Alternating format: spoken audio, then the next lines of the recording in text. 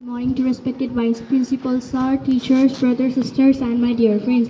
It's me, Krizal Khatka from grade 8, standing in front of you to deliver a short and sweet speech on the topic of global warming.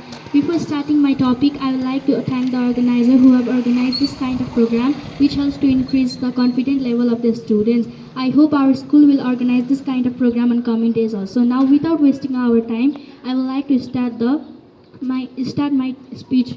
Global warming. Global warming is one of the most serious problems of the world today. It can lead to many dangerous diseases also to us. Global warming means increasing temperature of the earth in every places. It is the temperature of the earth is increased due to many industries use of more vehicles and polluting the environment. When the global warming is caused, it harms the north poles and south poles very badly.